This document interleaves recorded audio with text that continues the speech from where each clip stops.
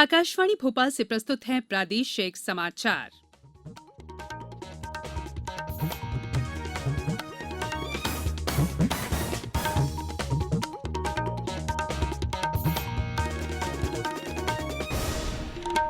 नमस्कार, समाचारों के साथ मैं संयुक्ता बैनर्जी।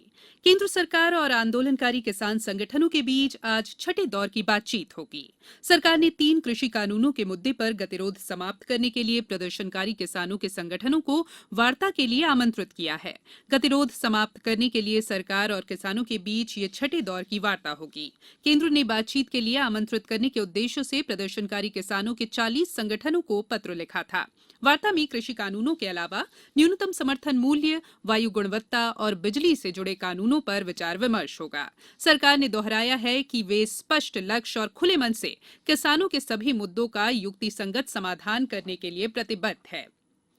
देश में 4 बार सबसे स्वच्छ शहर का खिताब हासिल कर चुके इंदौर के स्वच्छता मॉडल को अब देश के अन्य शहरों में भी लागू किया जाएगा।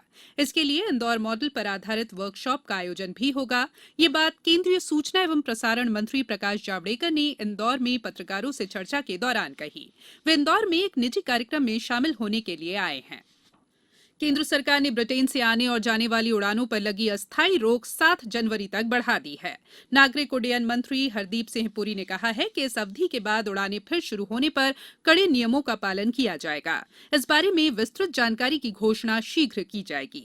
इससे पहले ब्रिटेन से भारत आने वाली सभी उड़ानों पर 31 दिसंबर तक रोक लगा दी गई थी। स्वास्थ्य मंत्रालय ने नागरिक उड्डयन मंत्रालय से सिफारिश की थी कि ब्रिटेन से भारत आने वाली उड़ानों पर रोक की अवधि 7 जनवरी तक बढ़ा दी जाए।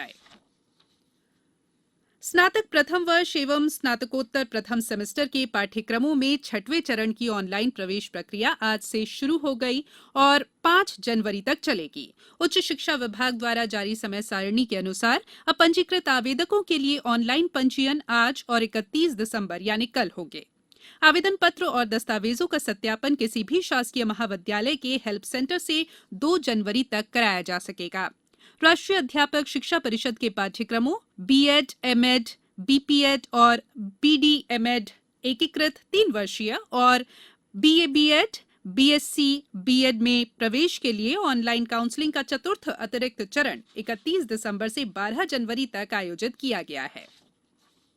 अब बात मौसम की। उत्तर भारत में शीतलहर के असर से प्रदेश में भी इन दिनों कड़ाके की सर्दी पड़ रही है।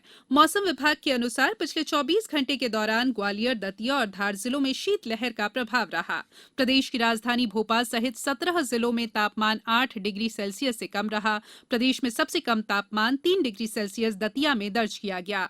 मौसम विभाग ने कहा है कि हिमाचल, कश्मीर और उत्तराखंड में बर्फबारी के बाद अब वहां बर्फ पिघलने लगी है।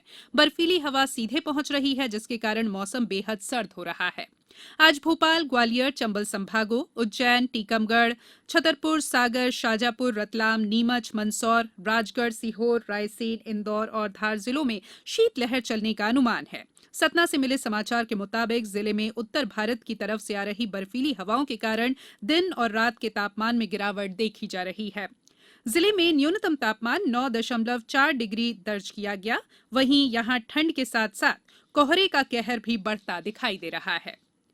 अब कुछ समाचार संक्षेप में। होशंगाबाद जिले के औद्योगिक क्षेत्र मोहासा बाबई में चिकित्सा और औद्योगिक गैस संयंत्र लगाने का काम शुरू हो गया है। निजी कंपनी द्वारा 150 करोड़ की लागत से यह संयंत्र स्थापित किया जा रहा है। इसमें ऑक्सीजन, मीट्रिक, नाइट्रोजन गैस का उत्पादन होगा। शिवपुरी जिले के पोहरी में निरीक्षण के दौरान बंद मिली उचित मूल्य दुकानों को सील करने की कार्रवाई की गई। साथ ही संबंधित को कारण बताओ नोटिस जारी किया गया। रेलवे टिकट में रियायती पास बनवाने के लिए अब बुरहानपुर में विशेष काउंटर खुलेगा। यहां दिव्यांग आवेदन कर सकेंगे और विशेष छूट का पास बनवा सकेंगे। इसके लिए रेलवे स्टेशन पर शिविर लगाया गया।